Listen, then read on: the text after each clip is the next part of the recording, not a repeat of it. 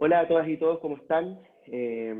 Nosotros aquí en una nueva edición de Educar con Sentido, adentrándonos al mes de noviembre y al fin de este año tan irregular, pero también tan distintos otros, en el sentido de que si bien han sucedido tantas cosas complicadas, también se han abrido otros espacios de pensar, de crear, que esperemos en el tiempo nos vayan sirviendo para lo que nos conecta a todos, ir mejorando la inclusión educativa y mejorando también el propio elemento de calidad de la educación y en general hacerla más representativa. Justamente hoy, junto a mi amigo Ezequiel Pacerón de la ONG Faro Digital y a mi amiga Raquel Niño de la Facultad de Educación de la Universidad de Barcelona, tenemos un invitado ideal para hablar de este tema.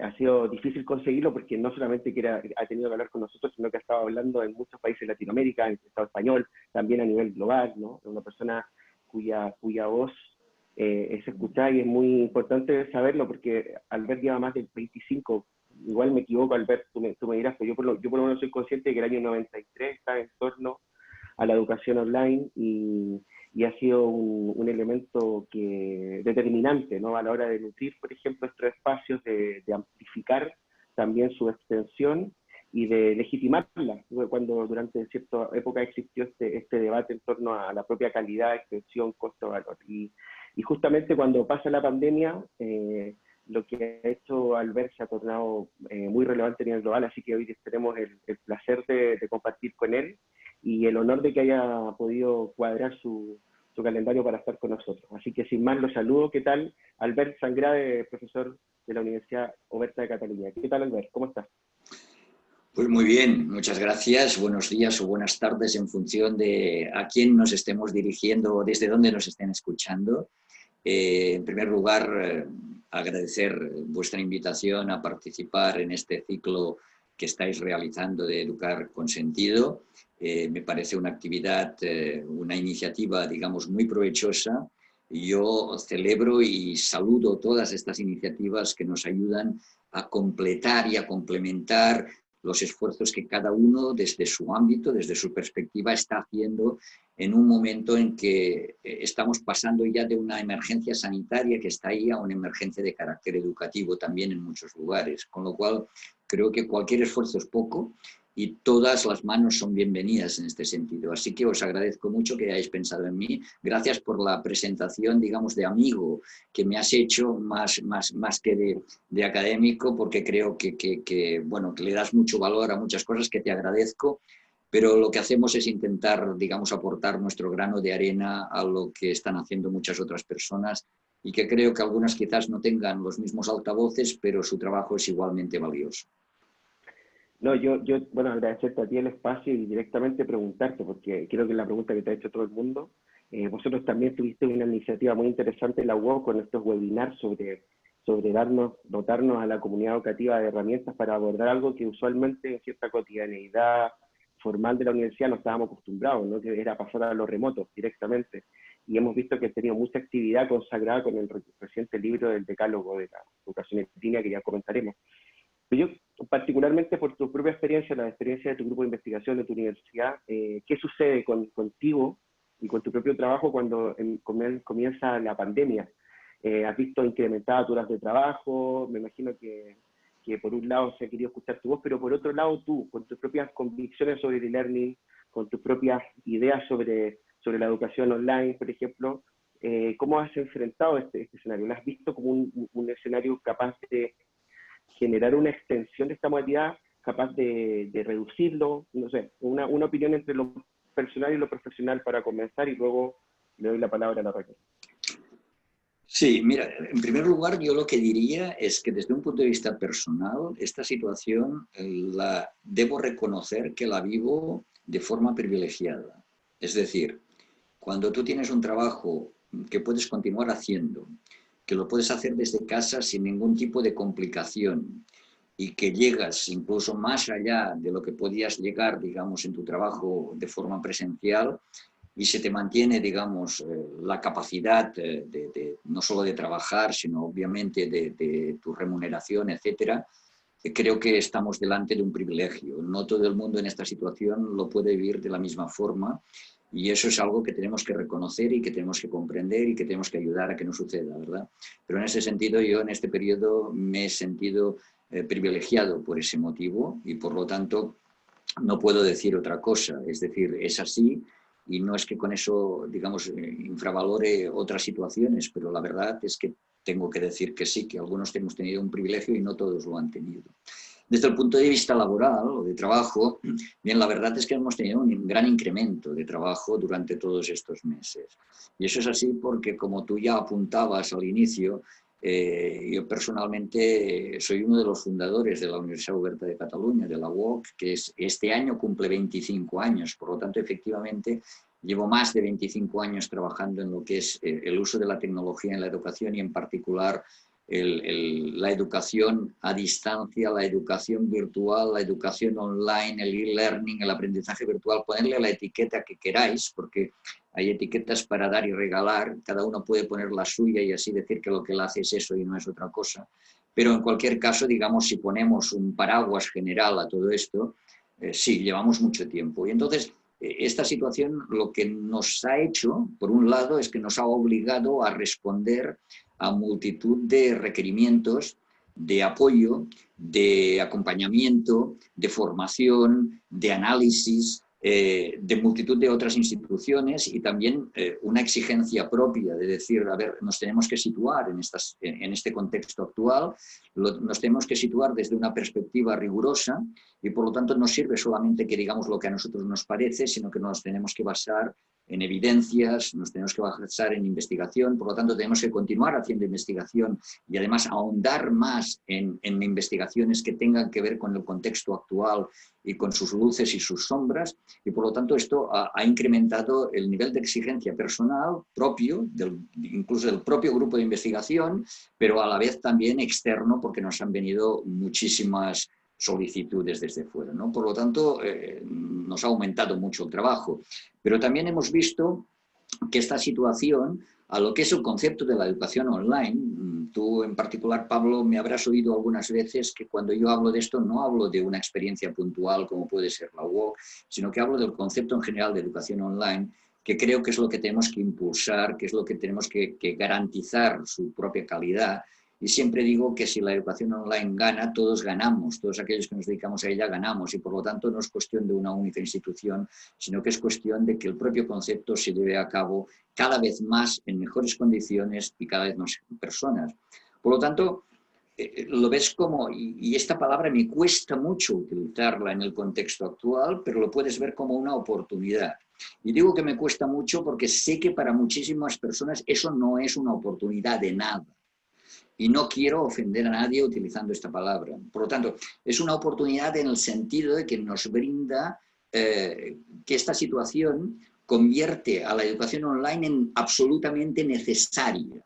Y al ser absolutamente necesaria, nos brinda la posibilidad de demostrar la capacidad y el potencial que ese tipo de educación, que esta modalidad tiene, para superar situaciones como la que estamos viviendo en estos momentos.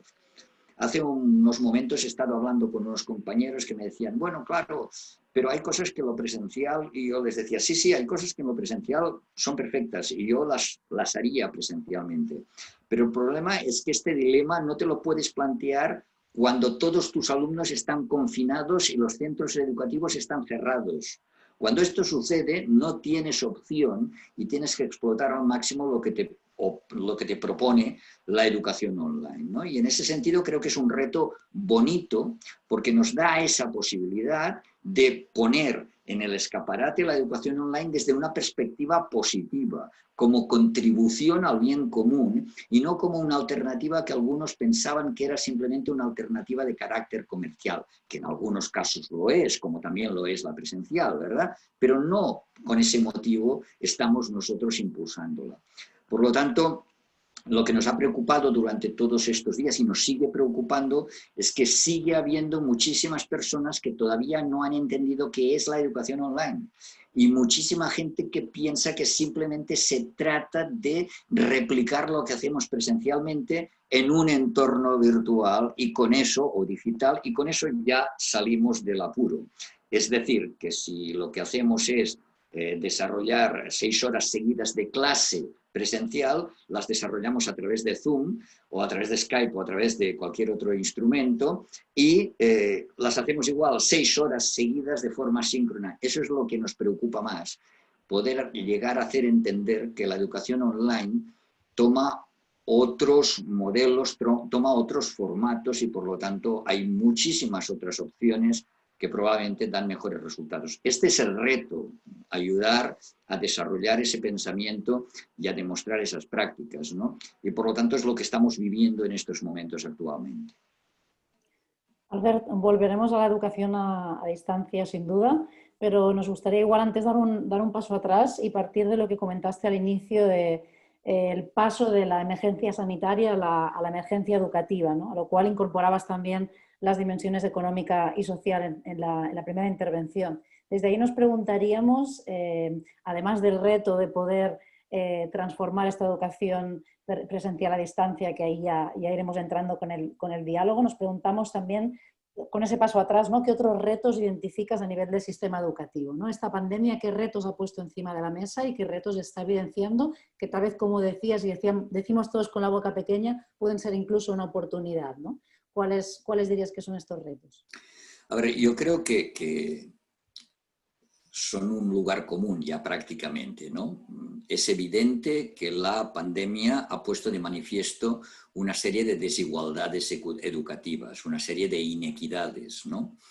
Y que las haya puesto de manifiesto, y eso es muy importante, significa que ya existían anteriormente. Lo que no sé por qué, pero da la sensación de que es que cuando no utilizábamos de forma tan intensa la tecnología, lo que hacíamos es correr un tupido velo ante estas desigualdades y plantearnos que, bueno, lo que no se ve no existe, ¿verdad? Y en cambio ahora, cuando lo aplicamos en el ámbito tecnológico, el problema no son estas desigualdades, sino que es la tecnología. Perdón, pero no es así. O sea, las desigualdades existían, siguen existiendo y nuestro deber como educadores es intentar resolverlas en la medida que podamos, ¿verdad? Yo creo que uno de los grandes retos que se nos ha planteado y al que me refería un poco antes también era que de alguna forma teníamos que evitar que la educación se interrumpiera a causa de la situación que nos provocaba la pandemia, ¿no? Y que no se interrumpiese la educación, aunque se interrumpiese la presencialidad, significaba que no se tenía que interrumpir, pero teníamos que hacerlo con equidad. Y al quererlo hacer con equidad nos hemos dado cuenta de que hay muchísimos mecanismos a los que no se llega, digamos, desde un punto de vista digital. Y entonces decimos, es que tenemos una gran brecha digital. Cierto, pero ya la teníamos. ¿Y qué hemos hecho hasta ahora para resolverla? Ese es el gran, no sé si es un reto, es una pregunta. Yo creo que es una pregunta que escuece, ¿verdad?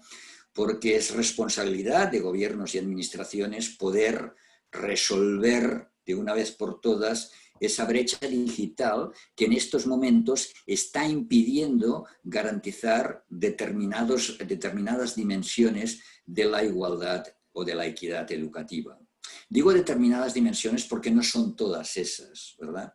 En estos momentos hay otros aspectos que han surgido también y que yo también saludo y creo que son reconocibles y asumibles, ¿no? Como por ejemplo el hecho de que la educación no puede ser solamente lo que sucede en la escuela, lo que sucede en el instituto, lo que sucede en la universidad, sino que también hay muchísimos otros agentes alrededor.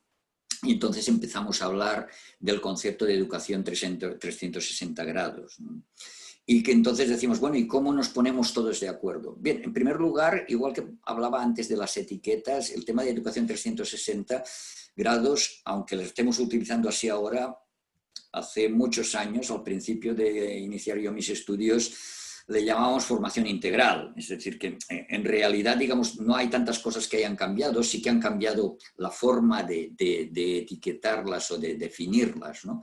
Pero sí que es cierto que se ha puesto de manifiesto que probablemente para una educación de carácter inclusivo necesitamos también otros agentes. Y eso no sé si ha sido el uso o no de la tecnología, pero sí ha sido la pandemia que nos lo ha puesto de manifiesto, porque entonces hemos visto que en el momento que interrumpíamos el acceso a los centros educativos, nos dábamos cuenta que al quedarse en casa los estudiantes también veían interrumpidas sus relaciones con muchos otros agentes educativos, con muchos otros actores de la comunidad educativa que están aportando aspectos fundamentales muy importantes, ¿no?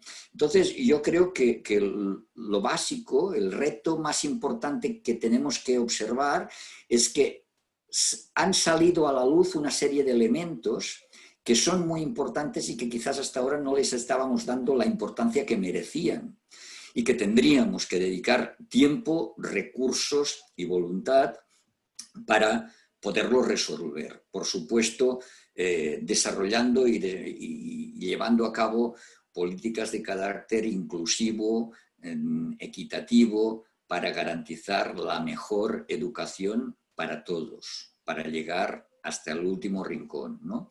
Y en ese sentido yo creo que las tecnologías no tienen que ser un estorbo, sino que tienen que convertirse en un gran aliado para poder hacer eso. Otro reto que yo creo que está sobre la mesa es que no podemos aceptar que en el siglo XXI existan personas que no tengan acceso a la tecnología, que no tengan acceso a los medios digitales. No ser competente digital en el siglo XXI significa lo que significaba ser analfabeto en los años 50.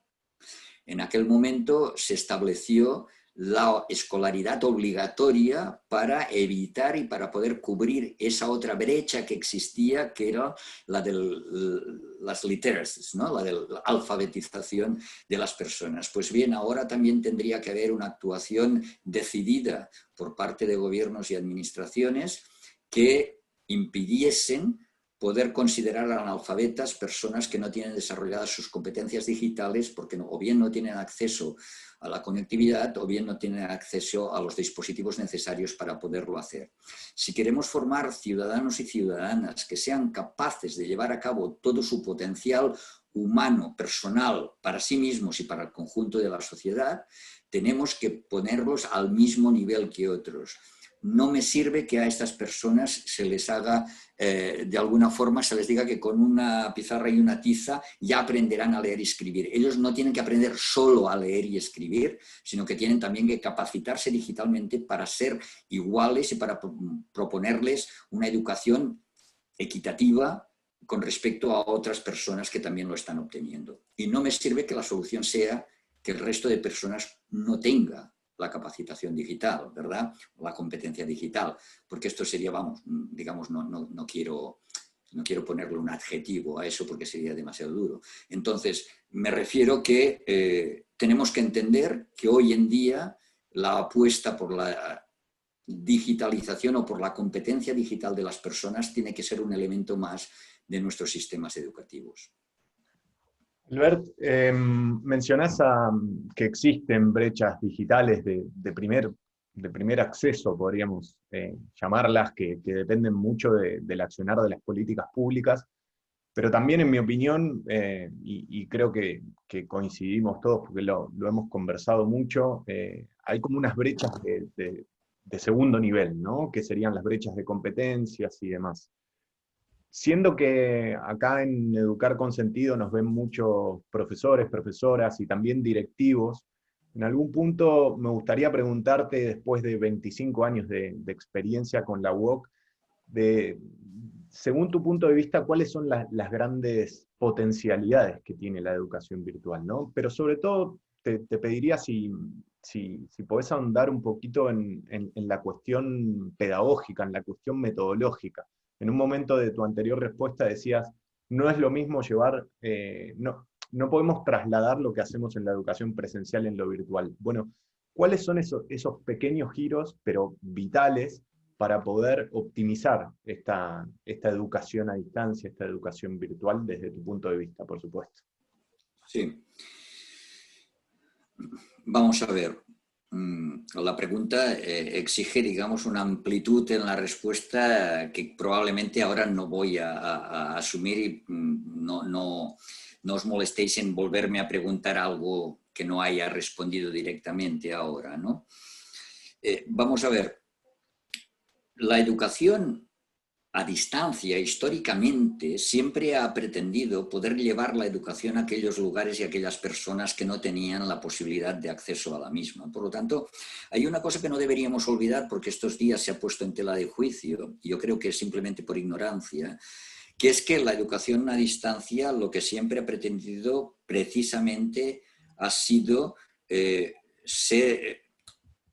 servir como mecanismo de cobertura y de limitación de las desigualdades existentes a nivel educativo. Siempre ha sido esa la finalidad, ¿no? Por lo tanto, ahora la evolución del tiempo y de las tecnologías hace que hablemos de educación online, pero podemos utilizar los mismos principios que históricamente utilizaba la educación a distancia. Solo que la tecnología, al avanzar, nos permite hacer cosas que antes no podíamos hacer, ¿no? Entonces, muchísimas personas todavía tienen la imagen de que la educación a distancia es aquello que uno hace solo en su casa, aislado, recibiendo un determinado material, estudiando ese material y al cabo de un cierto tiempo presentándose a un examen. Pero eso ha cambiado radicalmente, y ha cambiado radicalmente cuando hemos podido utilizar entornos virtuales de aprendizaje que nos han permitido una interacción no solo con el profesor de forma epistolar, sino con nuestros propios compañeros. Y por lo tanto eso cambia las reglas del juego de una manera excepcional. Entonces, tendríamos que entender la educación online o la nueva educación a distancia desde esta perspectiva. Yo no acostumbro a utilizar el término educación a distancia, aunque creo que la educación online bebe de la educación a distancia, porque lo cierto es que hoy en día este tipo de educación puede no tener distancia, es decir, puedo estarme formando con ustedes. Ustedes podrían estar ahora en la sala de al lado, ¿me explico? O en el edificio de aquí delante. Por lo tanto, lo de hablar de distancia es un poco relativo. Por eso prefiero hablar de educación online, porque es el mecanismo, digamos, que utilizamos para nuestra relación. Pero entonces, cuando diseñas un modelo de educación de estas características, tienes que pensar que el objetivo que pretendes es el mismo que pretendes cuando lo diseñas presencialmente. Y lo que va a cambiar es el entorno, el contexto, los mecanismos, la modalidad en sí misma, las metodologías, pero pretendemos obtener un mismo resultado. Lo que no funciona es replicar las mismas metodologías para después decir que ves, si lo haces online, los resultados son peores. No, perdone, es que usted lo que ha hecho es replicar unas metodologías en un contexto equivocado y lo lógico es que el resultado sea peor. Lo extraño sería que fuese mejor, ¿verdad?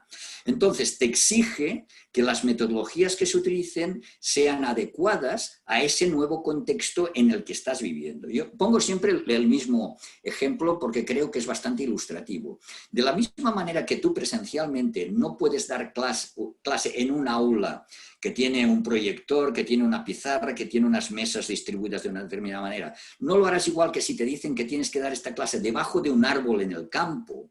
Y tú dirás, no, tengo que adaptarme y voy a hacerlo distinto, mi proyección de la voz es diferente porque estoy en un espacio abierto, ellos van a estar sentados de otra manera, hay unos ruidos externos que por lo tanto me condicionan. Pues cuando cambiamos a un contexto online pasa exactamente lo mismo, tenemos que cambiar nuestras metodologías. Para hacerlo y para diseñar un modelo de estas características, ¿qué es importante? Bien, tener en cuenta, yo creo que hay 4 elementos que son fundamentales. Aunque ahora destacaré sobre todo 2 de ellos, pero digo los 4. Primero es el concepto de flexibilidad. Es decir, la educación online nos permite flexibilidad y por lo tanto es importante que trabajemos con la flexibilidad. Y la flexibilidad es, por un lado, el tiempo, sí, pero por otro lado es el espacio y por otro lado incluso es el currículum. O sea, lo que puede ser flexible es todo. No, a veces la gente piensa, bueno, flexible quiere decir que a veces voy a clase y a veces no. Bueno, pero esto es una visión, digamos, muy simple de la dimensión flexibilidad, ¿verdad? Por lo tanto, flexibilidad por un lado, personalización por otro, porque este entorno online, al poder yo avanzarme a lo que ellos van a hacer, a mis estudiantes van a hacer, o delimitar lo que van a hacer, puedo perfectamente personalizar en función de la información que yo tengo sobre ellos, del trabajo que ellos tengan que realizar. Y también puedo hacerlo en función del background con el que vienen, etc. ¿Por qué? Porque como puedo diseñarlo y puedo planificarlo y no tengo por qué tenerlos todos a la vez en la misma sala de clase, puedo desarrollar mecanismos de personalización con más facilidad. Obviamente, si a eso le añado elementos más novedosos que ya tienen unos cuantos años, pero que en cualquier caso, especialmente para aquel que venga de lo presencial absolutamente, pueden ser novedosos, como el uso de las analíticas de aprendizaje, el uso de los datos que podemos obtener para identificar de qué forma se progresa o no se progresa.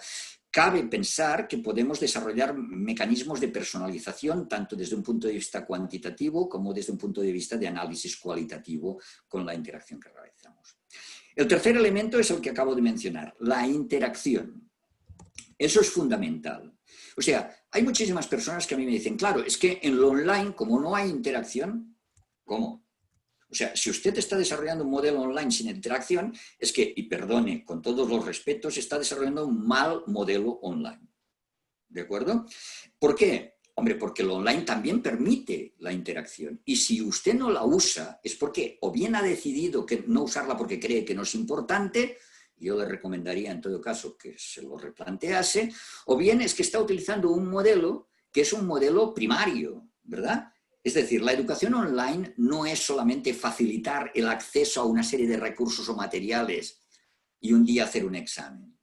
Eso no es la educación online. Eso es el acceso a la información que tú puedes utilizar, digamos, para la educación, pero tienes que tener un mecanismo de mediación, que es el docente, la docente, que te puede ayudar a través del acompañamiento que tiene que desarrollar en ese proceso. Por lo tanto, si entendemos que tenemos alumnos por un lado, que son individuales, pero son grupo también, y por otro lado tenemos docente o docentes, tenemos que ver de qué forma conseguimos esa interacción.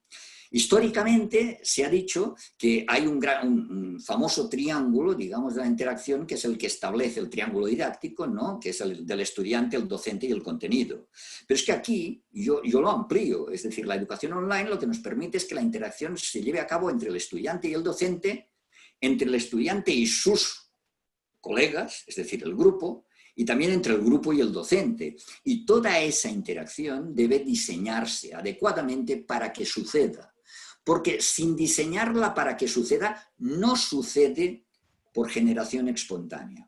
Y un ejemplo de que no sucede por generación espontánea lo hemos tenido en los MOOCs, por ejemplo, donde se decía que había mucha interacción porque participaban centenares de miles de estudiantes, pero todos ellos eran individualidades, porque después de trabajos en grupo no se hacía, porque la mayoría, digamos, no se conocían los unos con los otros y entraban para consultar, consumir y ya está, ¿no? Por lo tanto, el índice de interacción era bajísimo y lo ha continuado siendo. Por lo tanto, la interacción es un aspecto fundamental. En ese sentido, que creo que es básico y que es uno de los elementos de los buenos modelos de educación online.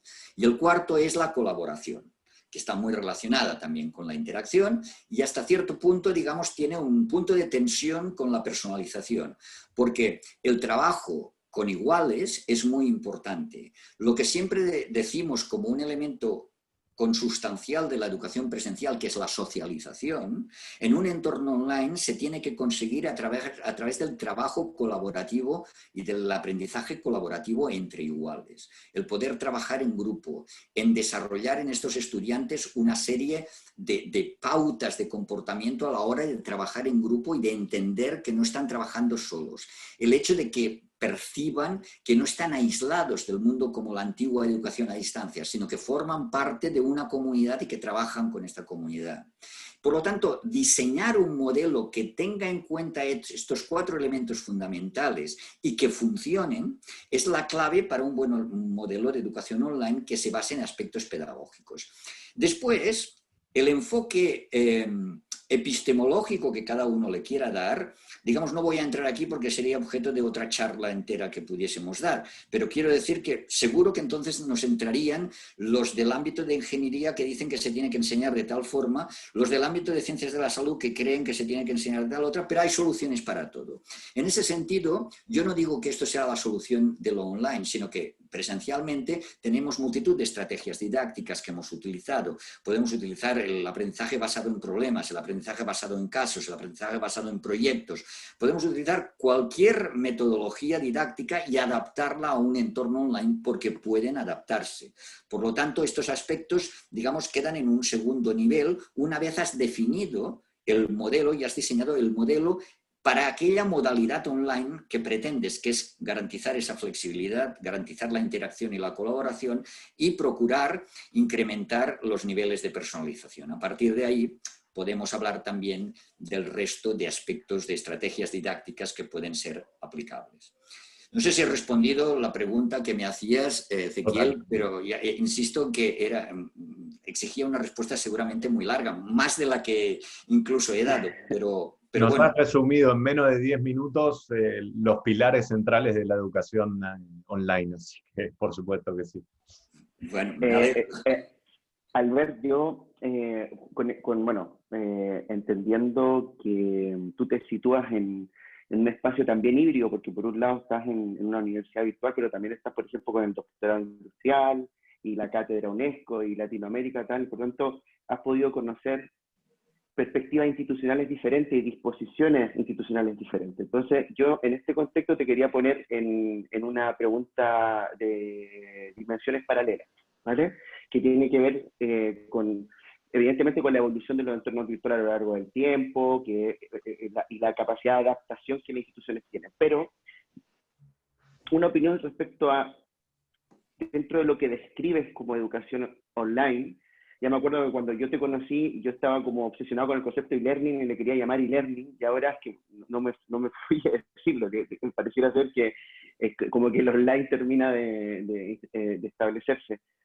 Dentro de vuestro contexto de universidad virtual, universidad online, ¿no? y experiencias que tú conozcas en otra universidad, ¿qué es lo que más cuesta de estos 4 pilares que dije? ¿Qué es lo que... A ver, por ejemplo, se recomienda el modelo para traspasar o superar la herencia analógica de las instituciones tradicionales y no te digo vende, pero se promueve un modelo que funciona, que tiene que ver con la educación online, pero evidentemente vosotros habéis vivido tránsito donde algún modelo, por ejemplo, el acompañamiento docente quizás no ha sido todo lo potente que hubiese deseado, o quizás la evolución de los campus virtuales, o quizás, por ejemplo, la propia tutorización, el feedback, bueno, tú lo conoces. ¿Hay algún aspecto que tú crees que de la educación virtual está al debe o que es más complicado de cumplir? Primera pregunta, ya que te gusta que la dividamos de manera ordenada, me parece bien, esa es la primera pregunta. Y la segunda es la misma, pero vinculada a las universidades que tienen más herencia analógica, es decir, las universidades tradicionales. ¿Qué resistencias principales tú encuentras, por ejemplo, de la institución educativa tradicional para asimilar este modelo? Porque yo creo, al igual que otras personas como Tony Bates, tú, Terry Anderson, la Gibson Young, que llevan décadas abordando esas tensiones que generan esas instituciones, por ejemplo, la propuesta de la educación online. Por lo tanto, ya, como se dice en Latinoamérica, estás curado de espanto, ¿no? de esta pregunta. No sé si es la respuesta adecuada, pero te lo habrán preguntado 1000 veces. Entonces, si nos pudieras destacar aquellas principales resistencias y sobre todo dificultades que tú encuentras en la universidad tradicional para un poco templar, no sé si decir asimilar completamente, pero por lo menos transformar esa herencia analógica hacia la propuesta que tú nos acabas de explicar. Sí, a ver, yo creo que las dos preguntas que haces están íntimamente relacionadas, es decir, casi que las puedo responder, digamos, a la vez, ¿eh? Pero antes quiero hacerte una particularidad. Es verdad, parece que, como tú dices ahora, cuando estábamos trabajando juntos hablábamos sobre todo de e-learning y recordarás incluso que publicamos un estudio sobre la definición inclusiva del e-learning. Y que ahora parece que se establece lo online. Bien, o sea, no te preocupes, eso cambiará también, ¿eh? Es decir, en un cierto tiempo, digamos, ya estaremos utilizando, todavía no sé, digamos, cuál va a ser la etiqueta que va a tener más fortuna en este proceso, ¿no? Pero seguro que va a haber una, seguro, ¿no? Y si no, ya va a haber personas que lo van a intentar, digamos, para poderse posicionar mejor y adecuadamente. De hecho, debo reconocer que todos lo hacemos esto, ¿eh? O sea, que nadie lo entienda como una crítica ácida en ese sentido. Es decir, todos lo hacemos porque a veces es verdad que estamos en un mundo donde, digamos, nos regimos bastante cada vez más por las reglas de la comunicación mediática, ¿no? Y sabes perfectamente que en un momento determinado, digamos, tienes que tener algo que tenga gancho para que aquello se implante de alguna forma, ¿verdad?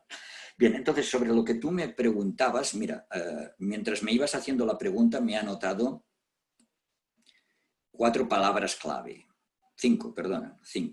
que son liderazgo, cambio, docencia, tiempo y minoría. ¿Por qué? Bien, eso sucede y las dificultades que tú decías que tenemos porque llevamos años trabajando con esto y vemos y tal, esto no sucede porque somos una inmensa minoría, ¿verdad? Es decir, los que trabajamos en el ámbito de la educación no presencial somos una pequeña parte. Por ejemplo, para que entiendas, digamos, esto no es exacto. El dato que no voy a dar ahora, digamos, yo hago un paralelismo, pero ya entiendo que no es exacto. En estos momentos en España, un 16% de los estudiantes universitarios cursan todos sus estudios de grado completamente online. Un 16%. Que es el porcentaje de estudiantes que están matriculados en las 6 universidades no presenciales españolas. Ya sé que algunos me diréis, bueno, pero nosotros tenemos un máster que hace no sé qué. Sí, pero como no se recogen datos de esto, ni se piden estos datos, son imposibles de poder... Por lo tanto, seguramente son más, pero serán estudiantes que comparten su presencialidad con quizás algo que hacen online. Por lo tanto, que lo hagan completamente online son un 16%. ¿Qué significa eso? Y son 6 universidades con respecto a las creo que 88 o 89 que en estos momentos hay en el conjunto de España. Imagínate el porcentaje que esto representa del total, una inmensa minoría. Por lo tanto, es muy difícil, aunque sepas cómo hacerlo y de qué manera plantearlo, romper las inercias de la mayoría. En este caso, desgraciadamente, digamos que las leyes o los principios de la democracia no funcionan, porque es aquello que dices, bueno, pues si la mayoría piensa eso es que será lo mejor. Bueno, no tiene por qué, es decir, en este caso no tiene por qué, ¿no? Aunque la mayoría de gente piense que las ruedas mejor que sean cuadradas, resulta que la práctica te demuestra que no pueden ser cuadradas y tienen que ser redondas, ¿no? Bueno, a ver, si quieres avanzar bien, ¿no? Y sin sobresaltos, pero bueno, eso es otra cuestión. Es decir, que en ese sentido trabajamos para una minoría que es verdad que la evolución nos va identificando que cada vez es más amplia, pero entonces nos encontramos con otra dificultad y sinceramente, con todo cariño, me cuesta deciroslo a vosotros que estáis en una universidad presencial, porque lo que voy a decir, digamos, os interpela directamente, ¿no? Adelante, estamos también... Pero claro, las universidades presenciales difícilmente aceptan que se les explique cómo pueden hacer docencia online, porque ellos ya saben. Porque si llevan centenares de años, en muchos casos, haciendo docencia presencial, ¿cómo no va a ser que cambiando a lo virtual no sepamos hacerlo? ¿De acuerdo? Por lo tanto, docencia, que era otra palabra de las que he señalado, docencia es docencia. A ver, no me compliquen la vida, ¿eh? Y además, como alguien que viene de una universidad virtual, por supuesto de segunda categoría, porque ya sabemos que son de segunda categoría, ¿no? Tú antes has explicado, digamos, las luchas que han dado buenos resultados sobre... manifestar y poner en evidencia la garantía de calidad de las universidades online. Pero bueno, ya sabemos que estamos también en un mundo complejo competitivo. Es decir, aunque yo a ti te muestre que esto tiene calidad, si yo compito contigo, tú no aceptarás que la tiene, porque aceptarlo significa que me pones al mismo nivel que tú. Por lo tanto, no puedes hacerlo, ¿no? Es decir, yo lo comprendo, todo eso lo comprendo, y por lo tanto soy consciente de que estamos en este contexto y que tengo buenísimos amigos que cuando entramos en esta discusión, pues cada uno tiene que situarse en su posición, y lo comprendo, ¿eh? Y lo respeto además. Pero eso no es óbice para que después, cuando analizo las situaciones, las analice de manera más fría o más cruda en ese sentido, ¿no? Por lo tanto, somos minoría. Y sin embargo, aquellas instituciones que manifiestan un fuerte liderazgo, que tienen claro que el liderazgo no es solamente físico, sino que en este contexto actual tiene que haber un liderazgo que lleve hacia la transformación digital de las instituciones, Entonces ven la necesidad de transitar, en cierta manera, no como obligación, sino como opción estratégica de futuro, de transitar hacia lo online también. No en su totalidad, porque además, aunque alguno lo pensase, nadie se lo iba a comprar, ¿no? Porque, como ya os decía antes, la universidad tiene que seguir siendo presencial. A mí me resulta simpático cuando incluso algunos rectores, ¿no?, que me dicen, oiga, pero mire, es que esta universidad nuestra tiene que continuar, será presencial. Yo no le he dicho lo contrario. Por supuesto que entiendo que va a ser presencial, faltaría más, ¿no? No lo entiendo de otra forma. Pero claro, quieren moverse hacia una estrategia que les permita un mejor posicionamiento en el futuro y ven que la sociedad se está moviendo, la sociedad cada vez más digital y por lo tanto tienen que dar respuestas de carácter digital. A lo que, como hemos dicho antes, la pandemia justamente ha puesto todavía más en efervescencia esa necesidad y esa visión de futuro relativamente clara. Por lo tanto, tiene que haber un cierto liderazgo. Cuando este liderazgo existe es cuando a todas las personas que tú nombrabas, a Terry Anderson, a Tony Bates, a In-Sung Jung, a mí mismo, nos piden que por favor los ayudemos y los acompañemos en ese tránsito. Entonces, cuando te enfrentas a la resistencia al cambio. ¿De acuerdo? La resistencia al cambio sugiere que cualquier cosa desconocida es un riesgo. Y por lo tanto, como no sabemos qué es lo que hay detrás de la puerta, mejor no la abramos. No sea que sea un desván donde nos caigan, digamos, todas las cosas encima en el momento que abramos la puerta, ¿no? Claro, si se abre hacia adentro, pues ya lo sabremos, porque entonces, digamos, no nos dejará abrirla. Pero en cualquier caso, tenemos ese miedo que es un miedo natural. Es una resistencia al cambio que tiene todo el mundo y que por lo tanto tenemos que sobrellevar y tenemos que superar de maneras distintas, ¿no? Entonces, cuando tú me decías, ¿y en qué se manifiesta más? ¿Y dónde están los elementos más difíciles? Pues mira, voy a escoger uno. Habría más, habría más porque hay todo esto de la resistencia al cambio, de la inseguridad del docente de salir de su espacio de confort, ¿no? De entender que he estado haciendo durante 10, 15 años esto en docencia y me ha funcionado y resulta que ahora me cambian el contexto y yo no me voy a sentir seguro allí, que también es muy comprensible. La sensación de aquel que replica, que cree que esto ya lo ha entendido perfectamente bien y lo único que tiene que hacer es replicarlo y ya está, y después, como ya hemos comentado, los resultados no son buenos. Pero yo creo que hay un elemento importante que cuesta mucho de hacer entender, que es el elemento tiempo. Es decir, entender que el tiempo tiene naturalezas diversas en función de los agentes y de la utilidad que se le está dando en un momento determinado. Es decir, no es lo mismo el tiempo del estudiante que el tiempo del docente. No es lo mismo el tiempo para aprender que el tiempo para enseñar. Y por lo tanto, esa disociación del tiempo es un elemento que es fundamental para poder garantizar la ampliación de la flexibilidad en un modelo de educación online, o ya entramos, entiendo que después habrá alguna pregunta sobre esto, entramos en un modelo híbrido. Para un modelo híbrido también es importantísima la disociación de la naturaleza del tiempo. Y ahí, ¿cómo lo traduzco, digamos, en palabras inteligibles esto? Bueno, pues que tenemos de entrada, puede haber más, pero de entrada tenemos dos opciones, que son tratar el tiempo y la actividad de forma síncrona o tratarla de forma asíncrona. Una de las grandes dificultades es que la presencialidad es 100% síncrona y con lo cual cuando pasamos a un entorno online se intenta mantener la sincronía de la presencialidad. Con lo cual dejamos fuera un porcentaje elevadísimo de opciones y de posibilidades que tenemos en un entorno online y que requerirían un tratamiento asíncrono de ese tiempo. A un docente presencial le cuesta horrores hacer este tránsito de buenas a primeras.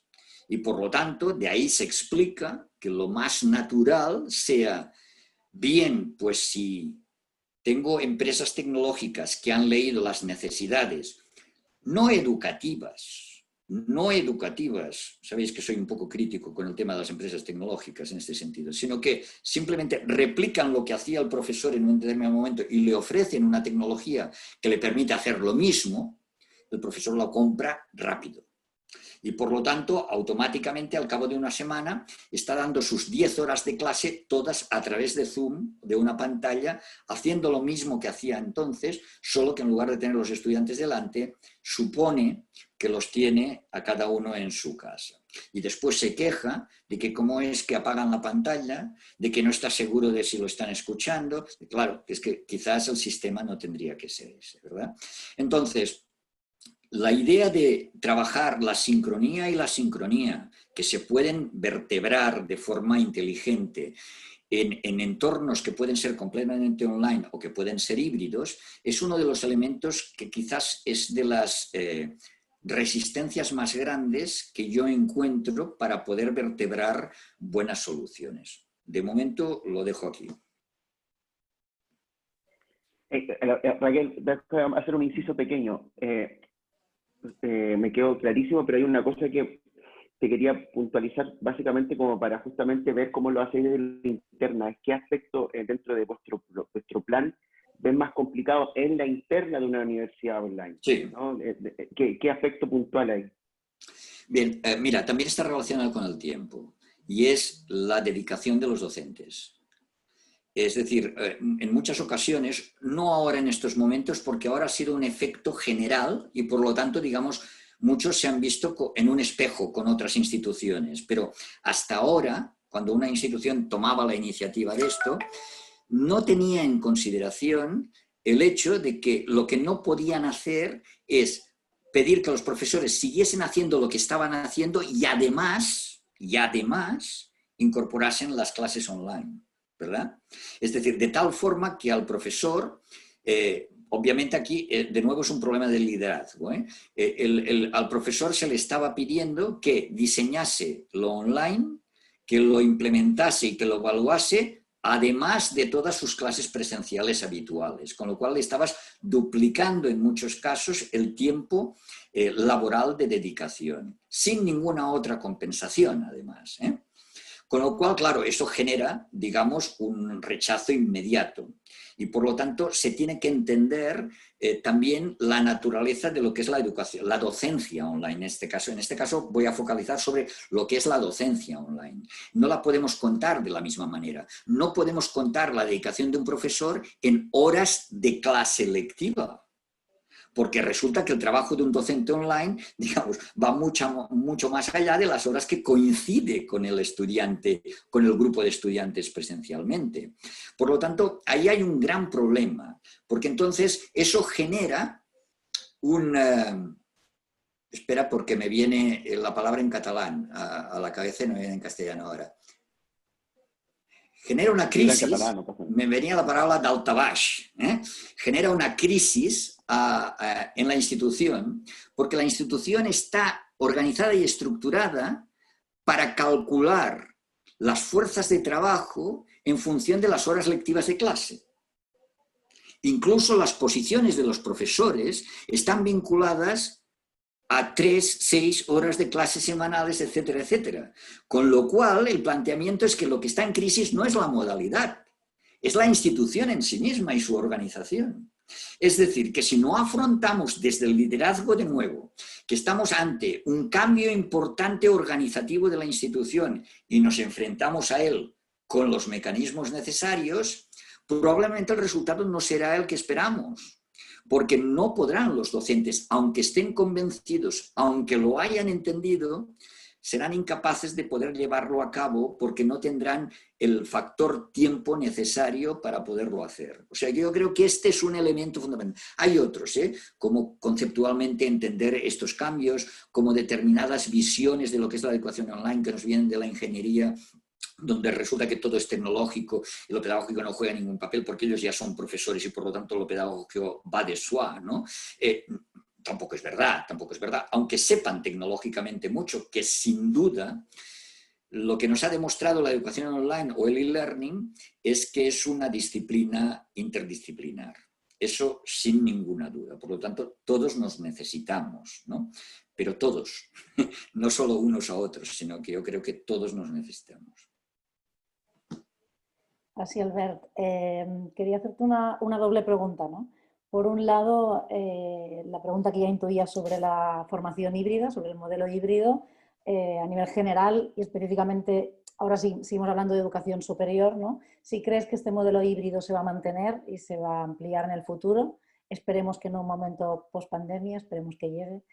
Y por otro lado, nos gustaría también poner sobre la mesa el contexto de la educación secundaria, ¿no? Que es un contexto muy distinto, bueno, evidentemente con similitudes, pero también con unas dinámicas muy distintas a la educación superior. Entonces, en estos momentos hay muchos centros de secundaria que se encuentran con la necesidad y la urgencia de pasar a un modelo híbrido y muchos equipos directivos que se están volviendo locos, en parte por lo que comentabas tú ahora de la necesidad de cambio imperante que existe a nivel de gestión o a nivel de organización.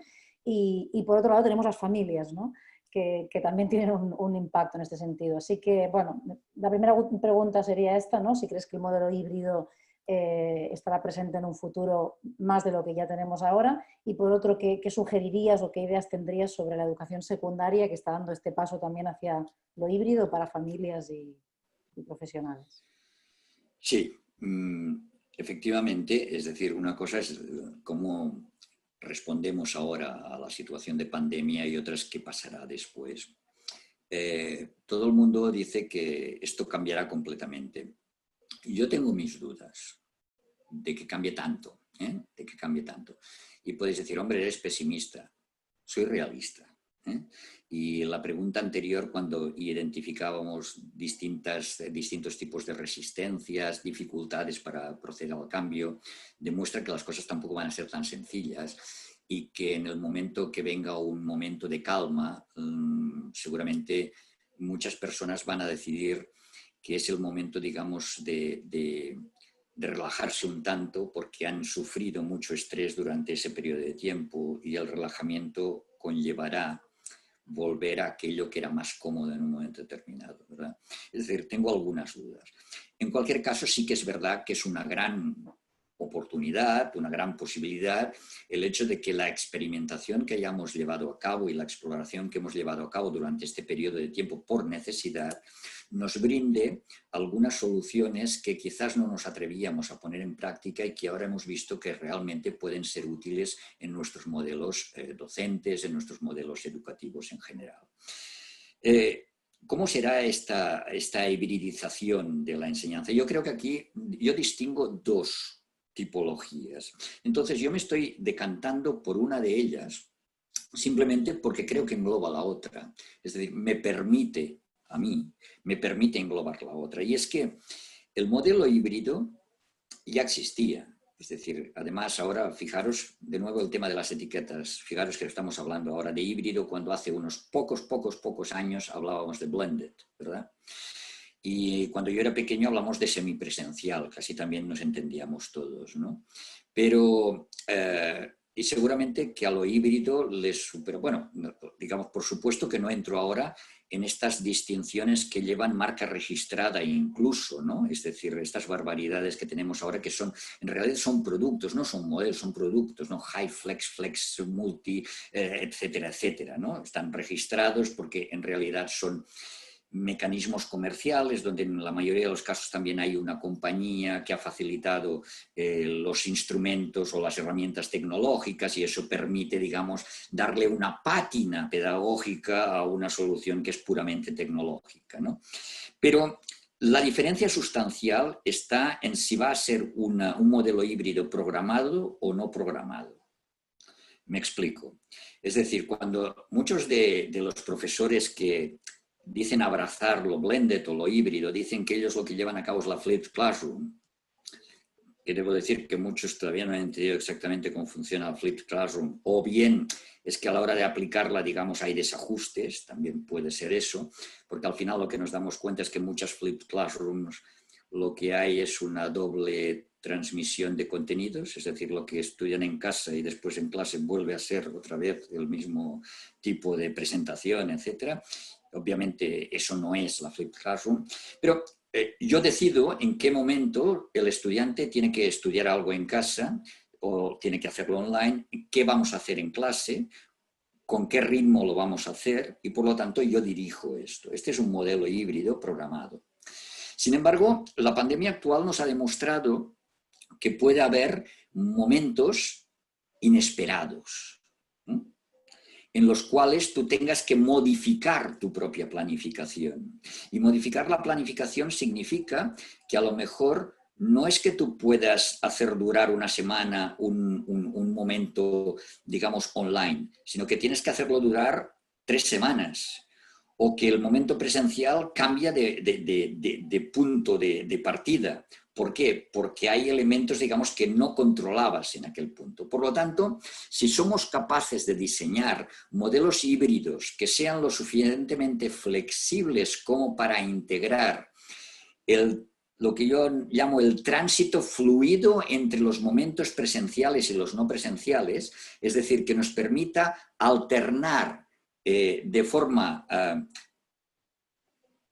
tranquila, conocida, asumible, esos cambios de entorno. Es decir, que quien vaya a cambiar de entorno ya sepa lo que va a hacer en aquel entorno cuando entre allí. Que lo que se tenía que hacer presencialmente se puede cambiar radicalmente a hacerlo de manera online porque la circunstancia nos lo pide. Claro, para hacer eso, que es la respuesta a lo que yo llamo, y me preguntabais antes, lo que llamo la presencialidad discontinua, es decir, porque yo quiero hacer un sistema presencial, pero hay momentos en los de discontinuidad o de intermitencia debidos a 1000 problemas. Yo lo que estoy intentando es diseñar desde la perspectiva online para tener diseñado un curso completamente online y a la vez, paralelamente, diseñar las mismas actividades de manera presencial de tal forma que pueda ir intercambiando unas y otras en función de la situación, del contexto en el que me encuentro. Con lo cual, gano y garantizo la coherencia y la consistencia del modelo que estoy desarrollando y me adapto fácilmente a las situaciones que no puedo prever porque pueden llegar a ser inesperadas, ¿verdad?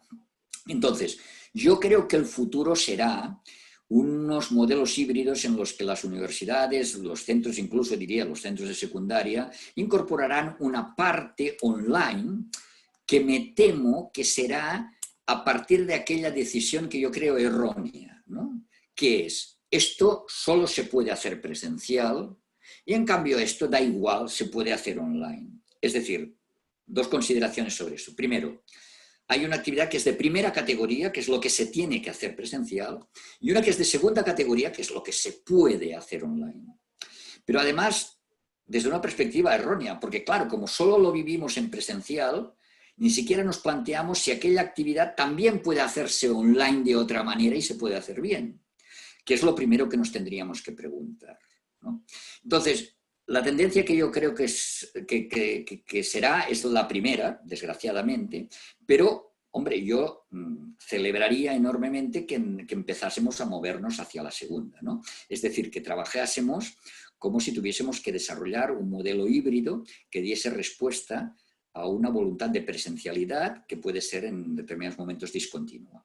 Si esta discontinuidad la puedo programar yo, perfecto, y será como yo quiera. Pero si yo no la puedo programar, estaré preparado para poder dar la misma respuesta y evitar cualquier tipo de interrupción del proceso educativo. Y en secundaria yo creo que esto puede funcionar igual. Lo que tiene que cambiar, lo que cambia en un nivel o en otro, incluso si me atrevo a introducir a primaria aquí también, lo que cambia es un elemento que yo creo que es muy importante y fundamental y que desde la pedagogía tendríamos que trabajar más en ello, que es la capacidad o el nivel de autonomía de los alumnos. Por supuesto, el nivel de autonomía de los alumnos en la universidad es superior al que es en secundaria y este es superior al que es en primaria. Pero yo creo que en estos momentos todos ellos son inferiores a los que deberían ser. Es decir, la competencia que todos nos alegramos de que existan en los currículums, pero que a menudo se olvida graciosamente, del aprender a aprender, está muy poco desarrollada. Porque si la desarrollásemos más, generaríamos más capacidad autónoma por parte de los propios estudiantes para que tuviese mucho más sentido el trabajo que hacen por su cuenta y además esa capacidad los empoderaría para trabajar en un contexto donde su capacidad de adaptación es un elemento fundamental. Por lo tanto, un aspecto que creo que lo que es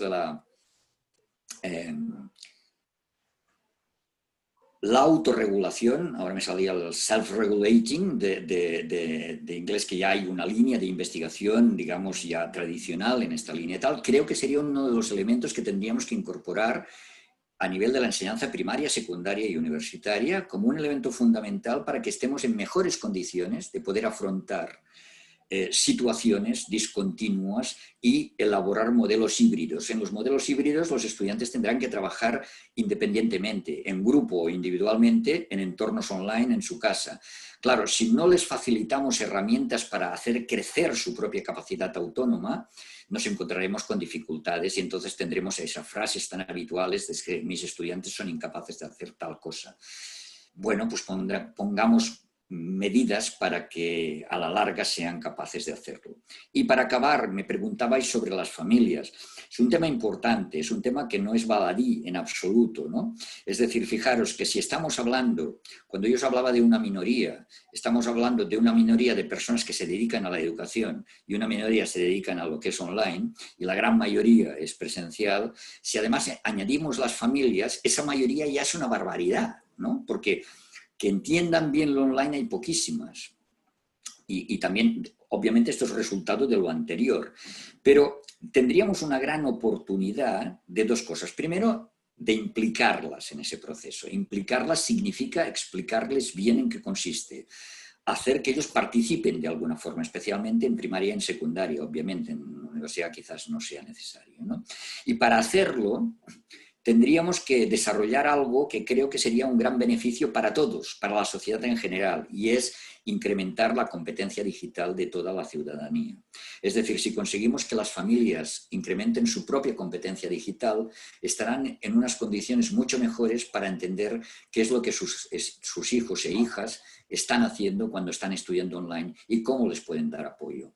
Yo soy de los que no creo que un padre o una madre tenga que ayudar a hacer los deberes a los hijos porque sabe más o porque sabe menos. Es decir, un padre no tiene por qué ser un experto en todas las disciplinas. Es más, hay algo que nunca recordamos y es que el padre que está ayudando a sus hijos, aquellas disciplinas las cursó hace aproximadamente unos 20-25 años atrás, ¿verdad? Y por lo tanto, probablemente ya han cambiado, ya no son como eran. Con lo cual se generan estos cortocircuitos de decir, ¿cómo es que en la escuela no os enseñan tal cosa? Pues señor o señora, es que ya no se enseña esto, es que se está enseñando otra cosa, que las horas son las mismas y el contenido tiene que variar también, ¿no? Entonces, ayudaríamos a que el acompañamiento de los padres en este proceso fuese un acompañamiento de carácter afectivo, emocional, de apoyo, a la comprensión del hecho del trabajo que están haciendo los hijos, ¿verdad? Y entonces eso nos ayudaría mucho, incluso probablemente a suavizar las situaciones de estrés emocional que se han vivido también en las familias, en los hogares, durante el periodo que hemos vivido últimamente y que en muchos casos todavía se está viviendo en estos momentos, ¿no? Por lo tanto, máxima implicación de las familias, máxima información y el desarrollo de la competencia digital ciudadana para todos, de tal forma que esto nos ayude, porque sabemos que como mejor informados estamos, más capaces somos de actuar. Totalmente, Albert. Bueno, ya vamos llegando al final.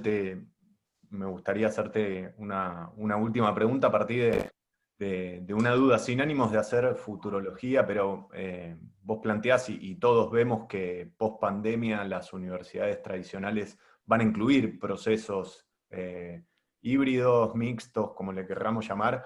¿Cómo ves vos el futuro para las universidades que ya eran enteramente virtuales? ¿Dónde para vos va a estar más el cambio, la transformación, si es que existe?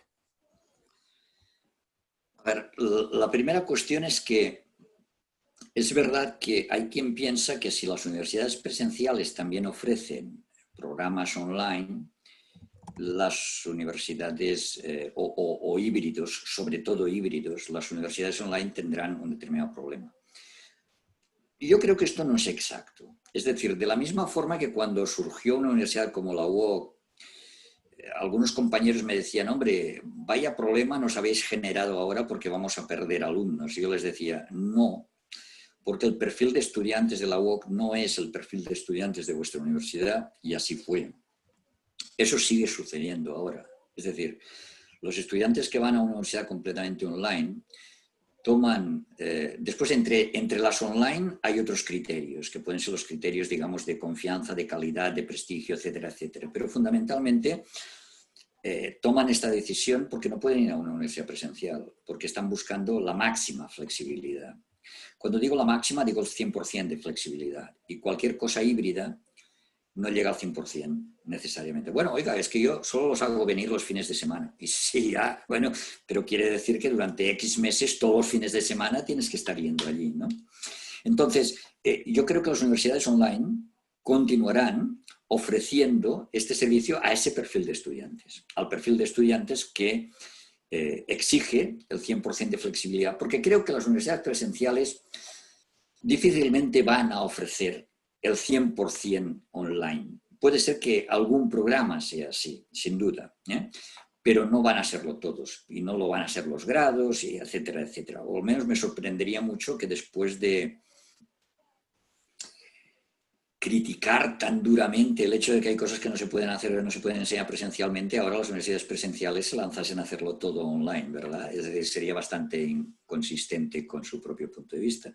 Pero en cualquier caso, el modelo se elige, o sea, las instituciones tienen que elegir el modelo en función del contexto o la situación y de la audiencia objetiva, y por lo tanto nos dirigimos a públicos probablemente distintos. De todas formas, si sí que hubiese esa competencia que tú me comentabas, no has utilizado esta palabra, la utilizo yo, pero esta situación, yo creo que el objetivo de las universidades online tendría que seguir siendo, especialmente aquellas que se dedican íntegramente a ser universidades al completo, es decir, que están ofreciendo formación a través de la docencia, investigación, y también están preocupándose, digamos, por la tercera pata de la misión, que es su relación con el medio y su implantación y su vinculación territorial también, aunque seamos más globales.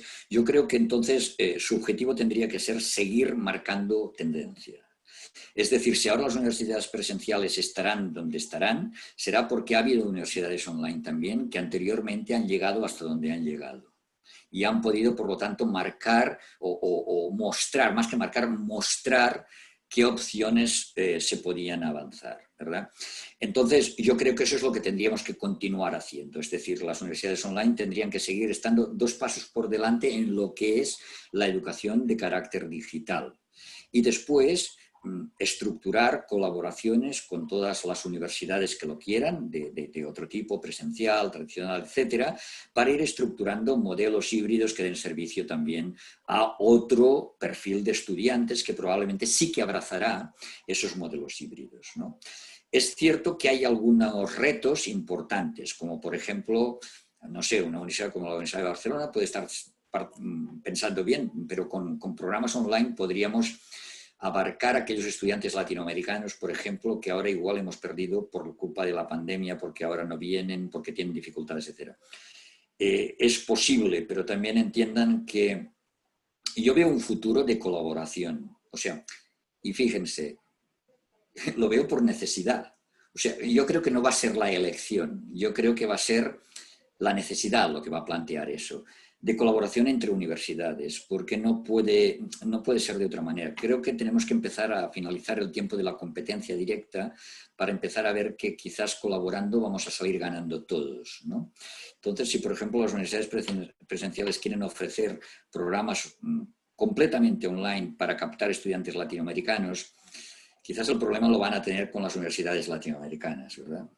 Porque esos estudiantes continúan en aquel territorio y por lo tanto son estudiantes potenciales de aquellas universidades. Así que el problema ya no será entre la universidad online en España y una universidad presencial en España. El problema será con las universidades online en cualquier sitio y las universidades presenciales en cualquier sitio también, en aquel territorio. Es decir, que yo creo que la única manera de solventar eso es establecer mecanismos de colaboración que permitan ganar a los dos, ganar, pero a la vez, sobre todo, permitan incrementar la calidad y el servicio que se da a los estudiantes. Porque esto es lo que tenemos que tener muy en cuenta siempre. Si estamos en educación, es porque creemos firmemente que tenemos que dar una oportunidad a todas las personas y que solo así somos capaces de transformar la sociedad. Y si ese es el último objetivo, cualquier otra acción que hagamos desde una perspectiva institucional tendría que estar dirigida por ese bien máximo final, que es el que pretendemos, que es mejorar la educación de todo el mundo. Gracias, Albert, por este último cierre con el que coincidimos absolutamente y por todo lo que nos has aportado en esta charla. Yo personalmente, como profesora de la Universidad de Barcelona, no podía evitar analizar constantemente mis propias prácticas mientras conversábamos, ¿no? Así que estoy convencida de que este será un gran aporte. Nosotras ya estamos compartiendo algunas de estas charlas con las estudiantes, en nuestro caso de pedagogía, y estamos seguras de que este será un aporte tanto para los profesionales que ya nos estamos dedicando como para los que estamos formando en estos momentos, que a ver qué mundo se encuentran y qué tipo de formación se encuentran en un futuro. Así que muchas gracias por tu tiempo, Albert, y gracias por estar aquí. De nada, a vosotros, y en cualquier caso quiero añadir, ya que has hecho este comentario de la universidad, que yo me enorgullezco de que yo soy licenciado por la Universidad de Barcelona también y soy doctorado por la Universidad Rovira i Virgili, he trabajado en la Universidad Ramon Llull, he trabajado y he estudiado tanto en la Open University del Reino Unido como en Harvard en Estados Unidos y colaboro con todas las universidades que lo solicitan en cualquier momento, porque creo que es la educación lo que nos rige. Es decir, estar en una universidad o en otra en un momento determinado puede ser provisional, pero lo que siempre nos marca es esa voluntad de ir más allá, y yo creo que juntos somos capaces de ir más lejos. Muchas gracias, Albert. Gracias, Albert. Gracias por vuestra invitación y un saludo a todas aquellas personas que nos pueden ver ahora o más tarde desde cualquier rincón del planeta, que sé que llegáis muy lejos. Así que ánimo a seguir adelante con la iniciativa, que vale mucho la pena. Hasta Magallanes.